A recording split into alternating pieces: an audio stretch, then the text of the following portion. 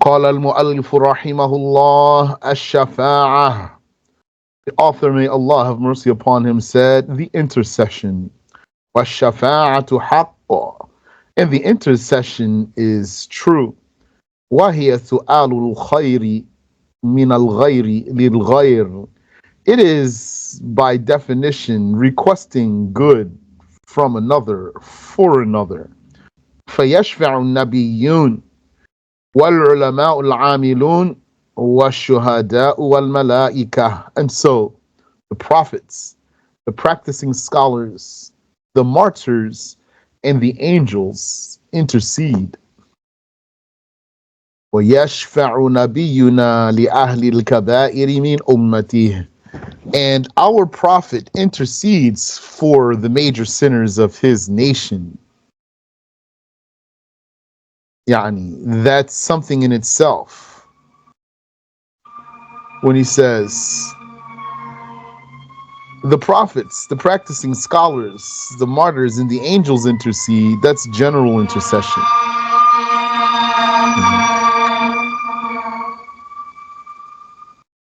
And our prophet intercedes for the major sinners of his nation. That is itself an event of Judgment Day, a major event of Judgment Day. That is the greater intercession. Ash-SharH, the explanation, and also the Prophet ﷺ, he intercedes for the major sinners of his nation, but he intercedes also for people of the nations of other prophets. Because of his intercession, a big number of believers who deserve to be punished will be relieved, including people from other nations. Ash-SharH, the explanation, يجب الإيمان بالشفاعة. It is obligatory to believe in the intercession. التي ادخرها النبي صلى الله عليه وسلم لأمته. That intercession that the Prophet sallallahu alaihi wasallam reserved or stored away for his nation. ومعناها لغة سؤال الخير. And what it means linguistically is requesting the good, a طلب الخير من الغير للغير, meaning seeking the good from another for another. والشفاعة في الآخرة تكون لتخليص الناس من حر الشمس يوم القيامة. And the intercession in the afterlife would be for sparing the people from the heat of the sun on resurrection day. And that is the major intercession there. وهذه لسيدنا محمد صلى الله عليه وسلم. This is the intercession for our master Muhammad صلى الله عليه وسلم. أما الكفار فينتقلون من حر الشمس إلى عذاب أشد. They go from the heat of the sun to even more excruciating torture. ومن الشفاعة الشفاعة في إخراج بعض عصاة المسلمين.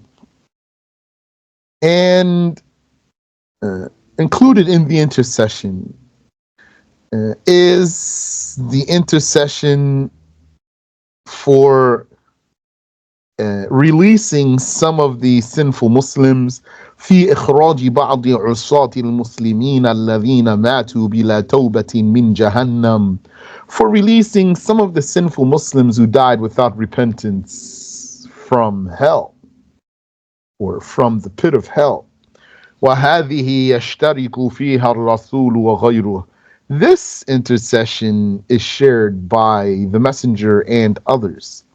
فقد قال رسول الله صلى الله عليه وسلم. The messenger of Allah صلى الله عليه وسلم said, يخرج ناس من النار بشفاعة محمد. Some people shall be released from hell by the intercession of Muhammad. رواه البخاري. Al-Bukhari reported that. ومن هذا الحديث ونحوه يعلم أنه لا بد أن يدخل بعض عصاة المسلمين النار. And from this hadith and its likes, it is known that it is inescapable that some sinful Muslims shall enter the fire. فلا يجوز الدعاء بنجاة جميع المسلمين من دخول النار. Therefore, it is not permissible to make supplication for all Muslims to be saved from entering the fire. وقول بعض المنتسبين للطريقة القادرية عند اجتماعهم لقراءة الأوراد. And the saying of some who are affiliated with the Qadiri tariqah when they gather to recite remembrance formulas, they say, Allahumma ajirna wa ajir walidina wa jami' al-muslimina min an-nar. They say, Oh Allah, save us and our parents and all Muslims from the fire. Haram. This saying is forbidden. وهذا يحصل في الجزائر وفي سوريا والحشبة. And this happens in Algeria and Syria and Abyssinia. يجتمعون بين المغرب والعشاء. They gather between al-Maghrib and al-Isha. فيقرؤون أورادهم, and they say their formulas. ويقولون هذا اللفظ 7 مرات, and they say this wording 7 times. وهذا داء من أدواء الجهل, and this is one of the symptoms of the sicknesses of ignorance. فإن أكثر المنتسبين إلى الطرق جهال. Indeed, most of those who are affiliated with the Sufi tariqas are ignoramuses. ينتسبون لأخذ الطرق قبل أن يتعلموا العلم الضروري. They get together to take the tariqas before they learn the necessary religious knowledge. والعجب من هؤلاء كيف خفي عليهم فساد هذا الكلام. And what's strange about these people is how they were unaware that this talk is corrupt. مع أنهم يسمعون أن الرسول صلى الله عليه وسلم يشفع لبعض أمته في إخراجهم من النار. Though they hear that the Messenger sallallahu alaihi wasallam intercedes for some of his nation in getting them released from hell. ولو سلك هؤلاء مسلك الصوفية الحقيقيين. And had those people taken the way of the real Sufis, لسلموا, they would have been safe. لأن الصوفية الحقيقية من شروطهم الأساسية تعلم علم الدين الضروري. Among their fundamental conditions is learning the necessary religious knowledge. الذي فرضه الله على كل مسلم. That necessary religious knowledge that God made obligatory on every Muslim. وهؤلاء حالهم كحال من يريد أن يصعد إلى السطح الذي لا سبيل للوصول إليه إلا بارتقاء السلم بغير سلم.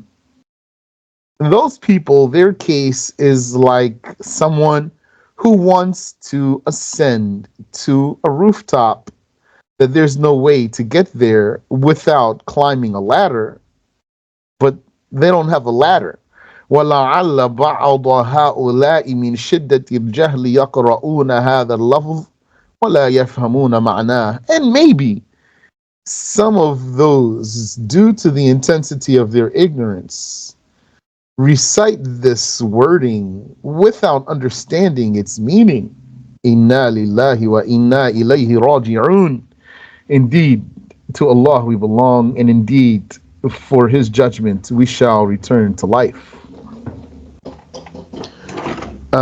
So right there, maybe some of them don't understand what it means. Subhanallah wa bihamdi. So that happens sometimes. Some people say something, they don't know what it means. Someone sent me a question, a kufr question. They told me such and such was said, some statement that to me is not clear blasphemy. And even had I heard it, it wouldn't have crossed my mind that it's blasphemy. And they said, one of the sheikhs said this is blasphemy, and he wanted to see if I concurred. So I told him, maybe the person doesn't even understand what this is supposed to mean. And he didn't accept from me at first. He thought I was saying something wrong. Subhanallah wa bihamdi.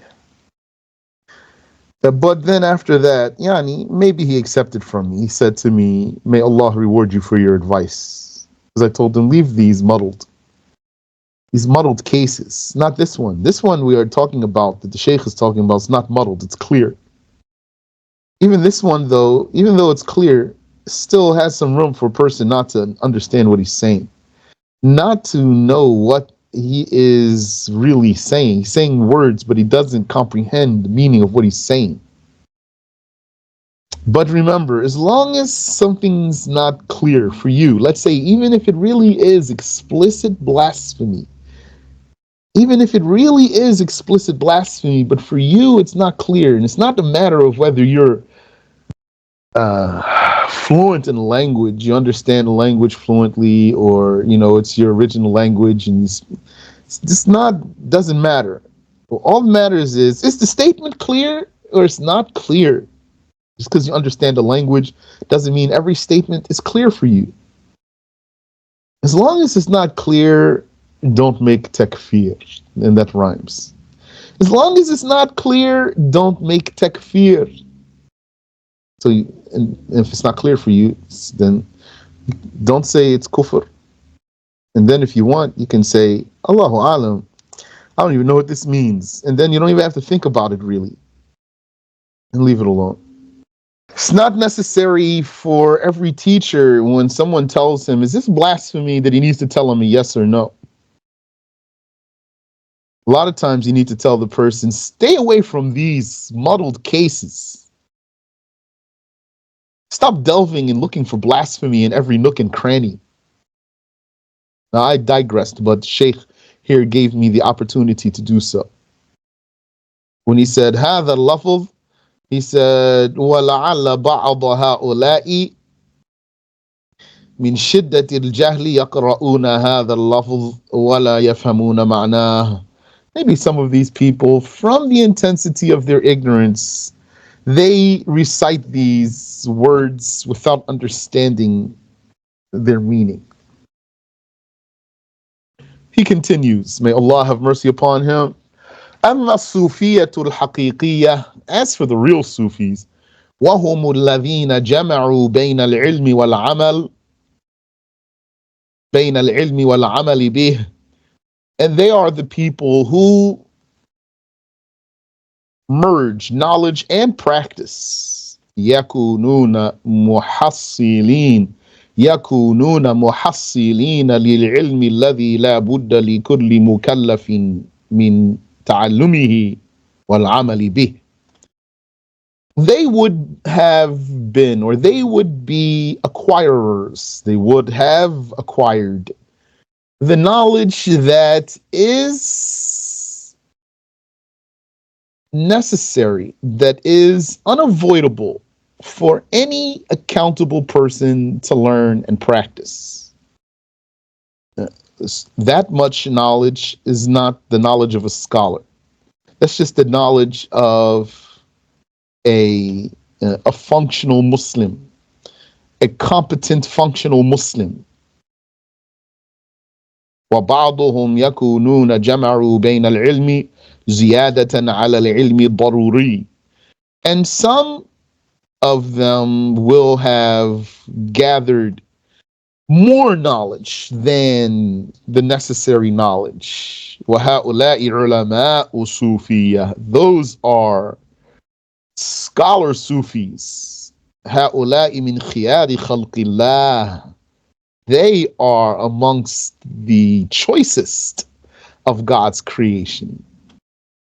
وَالطَّاعِنُ فِيهِمْ جَاهِلٌ بِالدِّينِ. And whoever criticizes them is an ignoramus about the religion.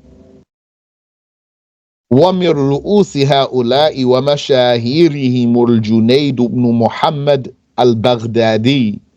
And amongst the heads of those and their famous ones, amongst their most famous ones, is Al-Junayd ibn Muhammad al-Baghdadi, يعني Al-Junayd al-Baghdadi, الذي توفي في أواخر القرن الثالث الهجري, the one who passed away at the end of the third Hijri century. اعلم أن الصوفية بهذا المعنى يشمل الصحابة الذين كانوا بهذه الصفة الذين جمعوا بين العلم والعمل مع الزهد وترك التنعم. And know that the Sufis, according to this meaning, not name but meaning, includes the companions, those who had this description. Those who merged the knowledge and practice with disinterest in the world and abandoning luxury, abandoning extravagance. لأن ترك التنعم حالهم, because the abandonment of extravagance is their case. But you need to know what's most important here. The abandonment of extravagance is not something on the outside.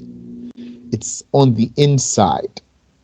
The abandonment of extravagance, it doesn't solely mean to not outwardly be extravagant. It doesn't mean only if you're abandoning extravagance that if you have a car, it's a beat up one. And if you have clothes, they're all raggedy. And if you have a house, it's shabby. No. This is fundamentally something that's in one's heart. That's his real case in his heart. This means his heart is not attached to these things, even if he has them. He could be someone with a fancy car, nice clothes, nice house, and really is a Sufi, a real one. And you might never know. Why you wouldn't know? Because you don't have any indication. You might think, oh, look at his house. He's a stuck-up one. He's not even stuck up just because he has a nice house. Rather, his heart is detached. His heart in reality is detached. And he would be someone who only does what he does for the sake of Allah. And on a personal level, he is detached, but he might have nice clothing so that people would listen to him. And maybe has nice house because his family, he likes to make his family happy, and they are not detached like he is. And he doesn't like force them to be also. He is detached from the world to a degree that maybe his own household's not.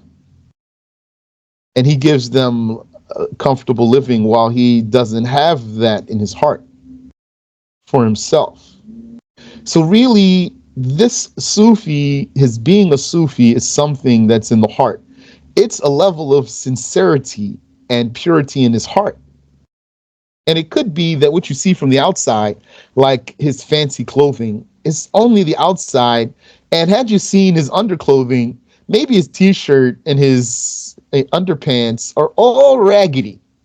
But it's not a condition to be a Sufi that you're raggedy, but could be. that a person's Sufi and he's raggedy because of his disinterest in the world. Some of those pious ones, it was mentioned about them that if a part of their house would collapse, they just move to another part.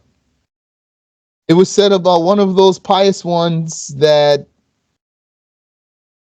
if you look into his face, you see the fear of God in his face. And he fears God so much. His heart is so afraid of Allah and so busy, really, that an ant could be crawling on his face and it wouldn't bother him. Doesn't distract him from the fear of God, as if he doesn't feel it. It was said about some of them, he will have holes in his house and maybe cobwebs around his house. So when it was said to him, we could fix this for you, what do you think? He said, the people of piety didn't used to look around a lot. It means when you walk looking all around, looking at the ceiling, looking at the walls, looking all over somebody's house, the people of piety didn't used to look around a lot.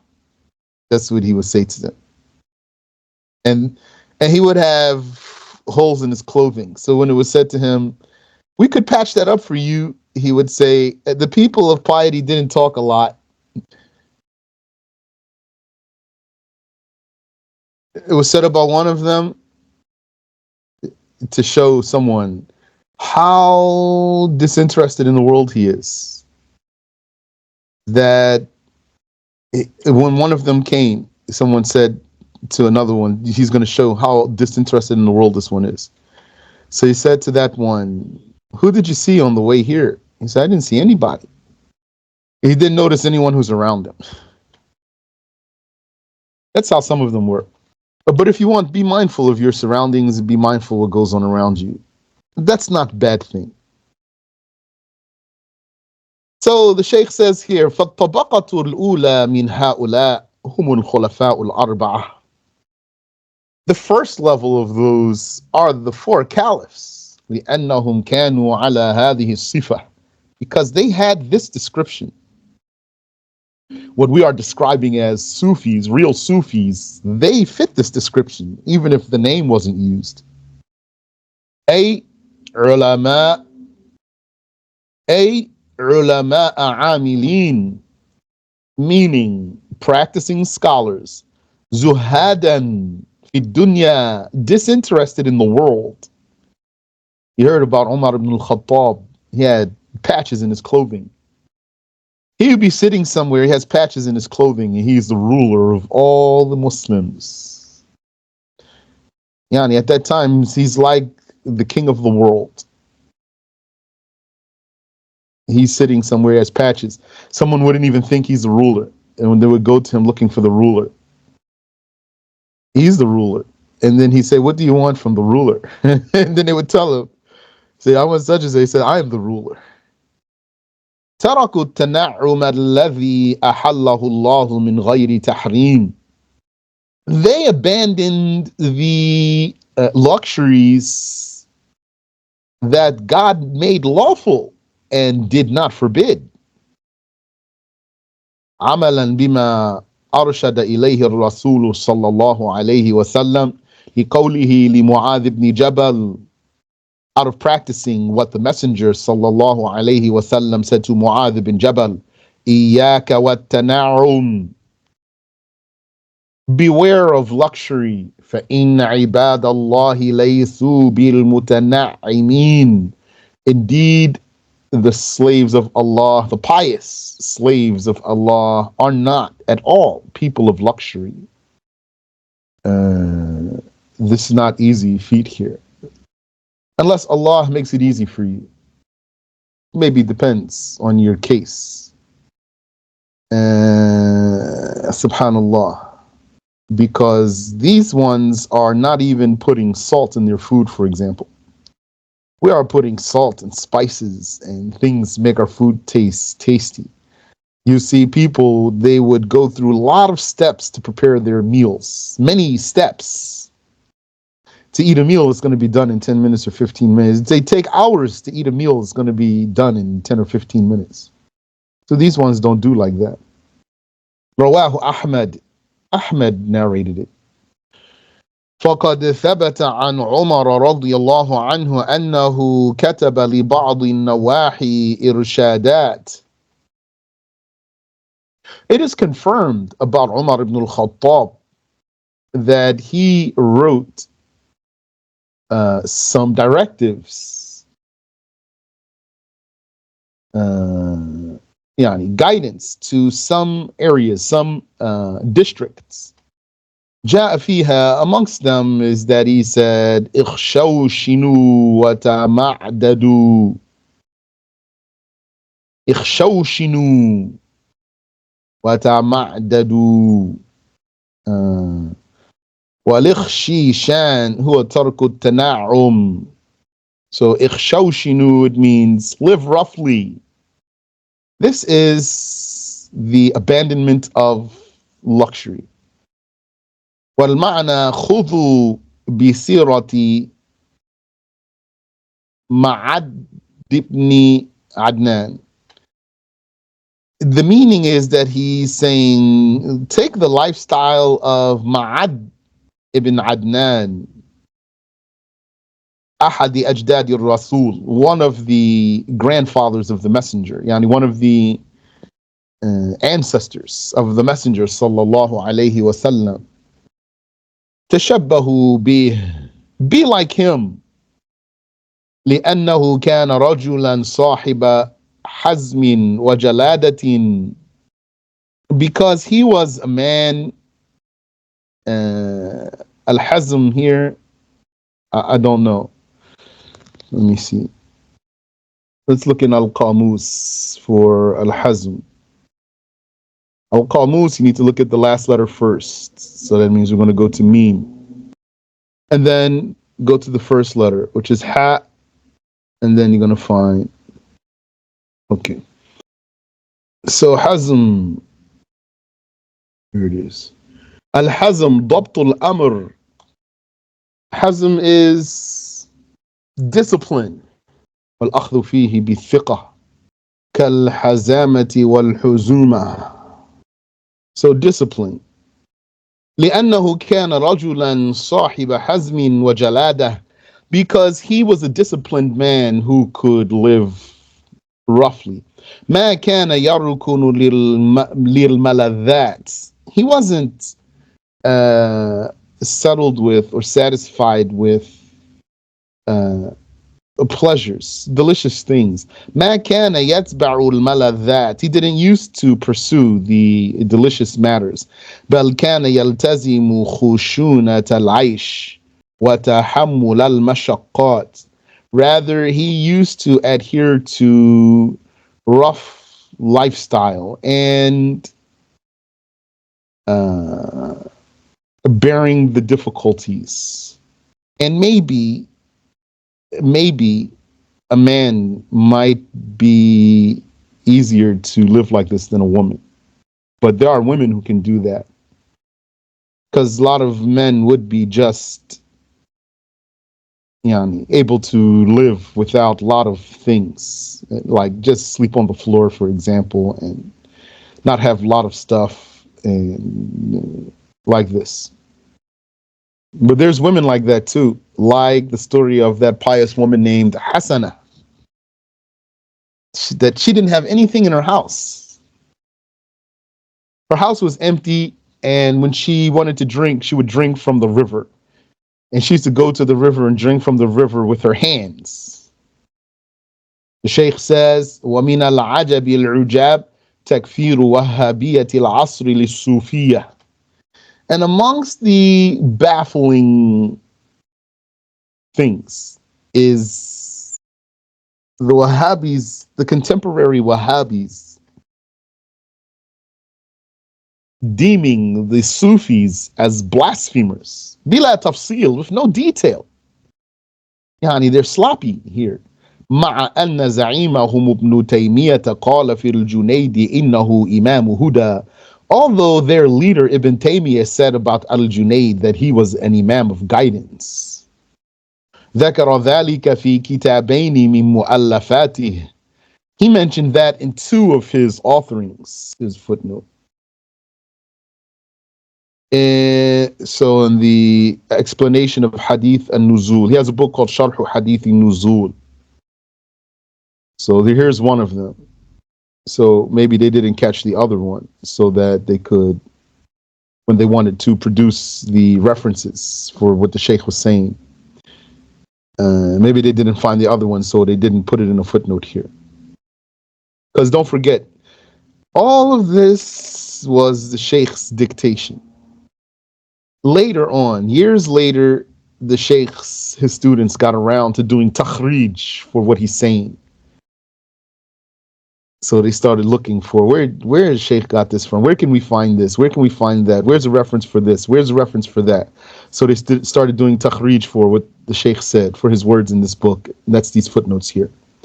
When I took this book, the version that I took is very much outdated. Most of these takhrijes, these producing these references here, are not there. بل قالوا من شدة خبطهم وخلطهم. Rather, they said from the intensity of their blunders and their mix-ups. يجب محاربة الصوفية قبل اليهود. They said it's obligatory to fight the Sufis before fighting the Jews. والواقع أنه منذ عصر الصحابة إلى عصرنا هذا لا تزال صوفية صادقة متحققة جمعوا بين العلم والعمل. But in reality, since the time of the companions until this time of ours, there never ceased to be real, precise Sufis who merged knowledge and practice. وَالَّذِينَ يَحْتَاجُونَ لِلشَّفَاعَةِ هُمْ أَهْلُ الْكَبَائِرِ. And those who need intercession. Now Shaykh got back to his point. So he did a big digression there, talking about the Sufis under the title of intercession. He said all of what he said there, which is most of all the time we spent now. And now he got back and he said, and those who need the intercession, they are the people of major sins. أما الأتقياء فلا يحتاجون للشفاعة. As for the God-fearing, they don't need intercession. No. And the Shaykh, he knows what he's doing here. MashaAllah. If you study the Shaykh's books enough, especially this one and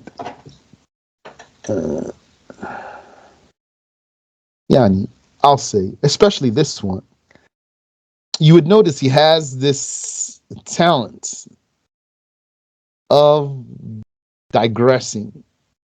He can digress and you'll never even realize he did it. You'll be on a whole nother subject you wouldn't realize. And then he'll bring you back.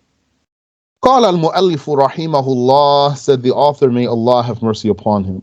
فقد جاء في الحديث الصحيح شفاعتي لأهل الكبائر من أمتي. It did come in the authentic hadith, my intercession is for the people of major sins from my nation.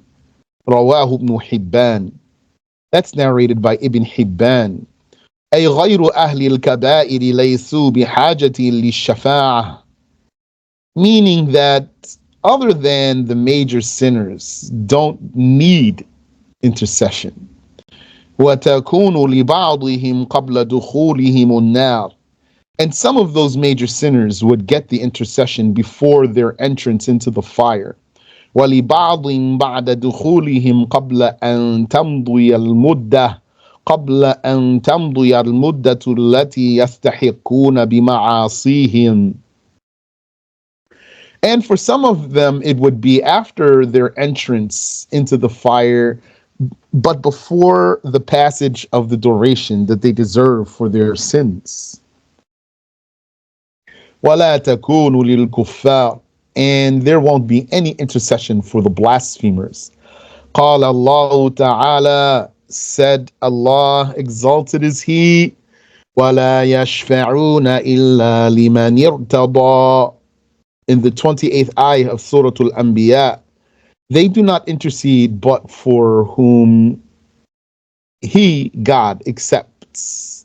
Yani, whom he accepts his religion. Ash-SharH, the explanation. Mana hadith شفاعتي لأهل الكبائر من أمتي. The meaning of the hadith, my intercession is for the major sinners of my nation, is أن غير أهل الكبائر لا يحتاجون للشفاعة للإنقاذ من العذاب. Is that other than the people of major sins don't need intercession to be saved from torture. Yani, they don't need intercession, because the intercession is to be saved from torture. وَكَذَلِكَ لَا يَحْتَاجُونَ لِلشَّفَاعَةِ الَّذِينَ مَاتُوا وَهُمْ تَائِبُونَ. وَكَذَلِكَ لَا يَحْتَاجُ لِلشَّفَاعَةِ الَّذِينَ مَاتُوا وَهُمْ تَائِبُونَ. And likewise, those who died repentant do not need intercession. وَمَعَ هَذَا يَقُولُ بَعْضُ الْعُلَمَاء. But despite that, some scholars said, إِنَّ لِلرَّسُولِ شَفَاعَاتٍ أُخْرَى. Indeed, the messenger has other intercessions. Yani, some of them said, intercession, there is intercession for Muslims with good standing, so that they would have higher status. But what we must believe in, though, is that the intercession is for the major sinners. قال المؤلف رحمه الله, said the author, may Allah have mercy upon him, وأول شافع يشفعه النبي صلى الله عليه وسلم. And the first intercessor to intercede is the Prophet sallallahu alayhi wasallam. Ash-SharH, the explanation is النبي عليه الصلاة والسلام هو أول من يشفع. That the Prophet, may peace and blessings be upon him, is the first to intercede. وَأَوَّلُ مَنْ تُقْبَلُ شَفَاعَتُهُ. And he is the first whose intercession is accepted. فَهُوَ يَخْتَصُّ بِالشَّفَاعَةِ الْعُظْمَى. And so the greater intercession is special to him. وَقَدْ ثُمِّيَتْ بِذَلِكَ لِأَنَّهَا لَا تَخْتَصُّ بِأُمَّتِهِ فَقَطُ. And this intercession, this greater intercession, was named as such because it is not limited to his nation only. بَلْ يَنْتَفِعُ بِهَا غَيْرُ أُمَّتِهِ مِنَ الْمُؤْمِنِينَ. Rather, other than his nation amongst the believers also benefit from it. Don't forget that the followers of previous prophets believed in the last prophet, and they believed in his nation. Yani, we have the same religion. We're just on two sides of a coin, if you want, or we're on two sides of a sea. So the people on one side of the sea, they believe in the people on the other side, and the people on that other side, they believe in the people on the first side. I mean, so the nations before us, they believed in the last prophet and his great nation. Just like we, the nation of the last prophet and Prophet Muhammad himself, believe in those who came before us. That's part of our religion. We like how we talk about those Muslims before us, those prophets and the Muslim nations they had. We believe in that. So they believe in us too. MashaAllah. وهي لتخليصهم من الاستمرار في حر الشمس في الموقف. And it shall be that greater intercession for sparing them from staying in the heat of the sun on the station of judgment. فإن الناس عندما يكونون في ذلك الموقف يقول بعضهم لبعض. For indeed the people, when they are in that station, some of them say to others, تعالوا لنذهب إلى أبينا آدم. Let's go to our father Adam. ليشفع لنا, so that he would intercede for us. إلى ربنا, to our Lord. فيأتون إلى Adam, so they go to Adam. يقولون يا Adam, they say, oh Adam, أنت أبو البشر, you are the father of mankind. خلقك الله بيده, أي بعناية منه. Allah created you with a special status. وَأَسْجَدَ لَكَ مَلَائِكَتَهُ, and he made his angels bow down to you. فَاشْفَعْ لَنَا إِلَىٰ رَبِّنَا, intercede for us to your Lord. This means they mention some of his merits. So they say to him, so with all of these qualifications you have, intercede for us. فَيَقُولُ لَهُمْ, and so he says to them, لَسْتُ فُلَانًا, I am not the one. And it was reported that he says to them, I remember when I disobeyed Allah. I am not the one for this. اذهبوا إلى نوح, go to Noah. فَيَأْتُونَ نُوحًا, so then they go to Noah. فَيَطْلُبُونَ مِنْهُ, and then they seek from him. And they mention his merits or some of his merits. And he would say to them, it was reported, I did have an accepted dua, but I used it against my people. So he tells them, Lastu fulana, I'm not the one. So ثم يقول لهم, then he says to them, Itu Ibrahim, go to Abraham. فيأتون Ibrahim, so then they go to Abraham. ثم إبراهيم يقول لهم لست فلانا, then Abraham says to them, I am not the one. معناه أنا لست صاحب هذه الشفاعة. This means that he is saying, I am not the one to perform this intercession, this major intercession. فيأتون موسى, so then they go to Moses. فيقول لهم لست فلانا, and then he says to them, I am not the one. فيقول لهم إيتوا عيسى, so then he says to them, go to Jesus. فيأتون عيسى, and so they go to Jesus. فيقول لهم لست فلانا, and then he says to them, I am not the one. ولكن اذهبوا إلى محمد, but go to Muhammad. فيأتون النبي صلى الله عليه وسلم, and so they go to the Prophet صلى الله عليه وسلم. فيسجد النبي لربه, so then the Prophet prostrates to his Lord, meaning they seek from him, they request from him to intercede, and so then he wants to do it for them, so he prostrates to his Lord. فيقال له, يعني, well, he would say to them, أنا لها, أنا لها, I am the one, I am the one, I am the one for this, I am the one for this, or I will take care of it, I will take care of it. فيسجد النبي لربه, so then the Prophet prostrates to his Lord. فيقال له, and then it would be said to him, ارفع رأسك, lift your head, واشفع, to shafa', intercede, and your intercession shall be granted. وَسَلْ تُعْطَ, ask and be granted. هذه تسمى الشفاعة العظمى, this one is called the greater intercession. لأنها عامة, because it is general.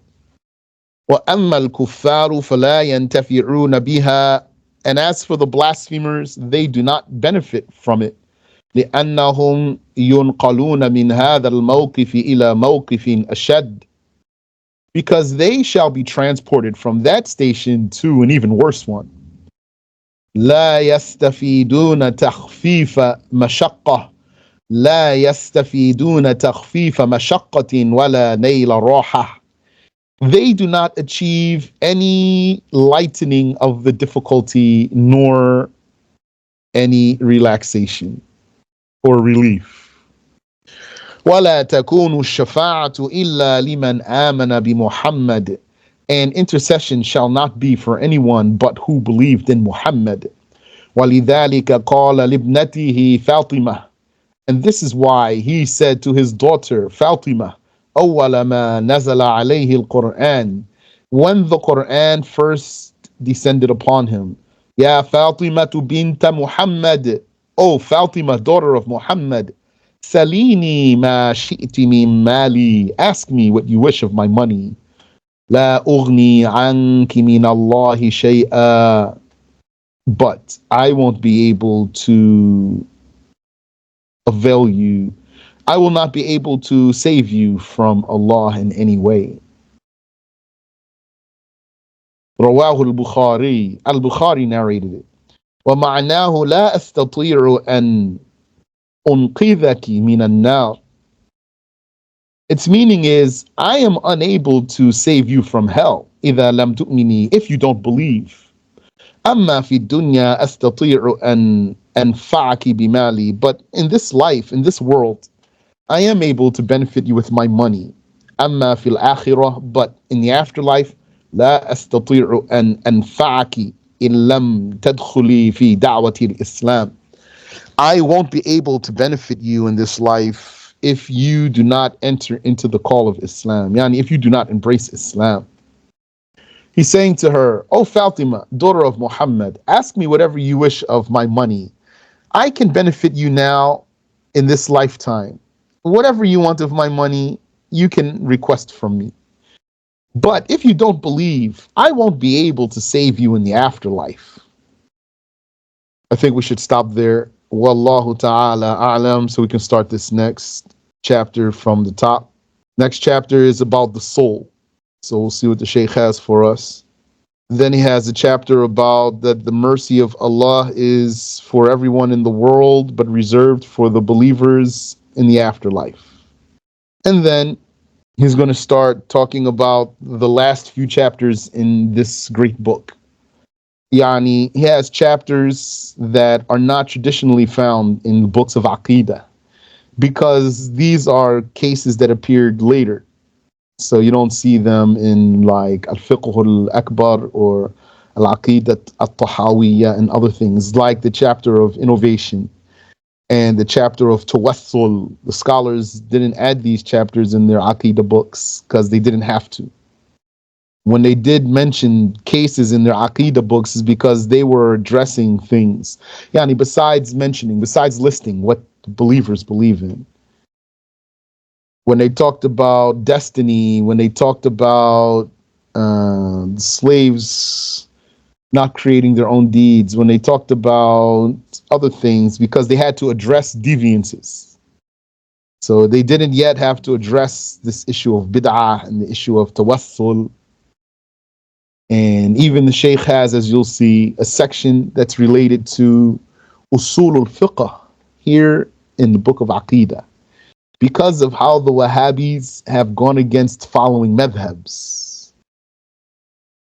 So then the Shaykh, because they warn against and fight against the madhabs, then the Shaykh gave some fundamentals about madhabs, which then requires talking about usul al-fiqh. So we'll stop here, inshaAllah ta'ala.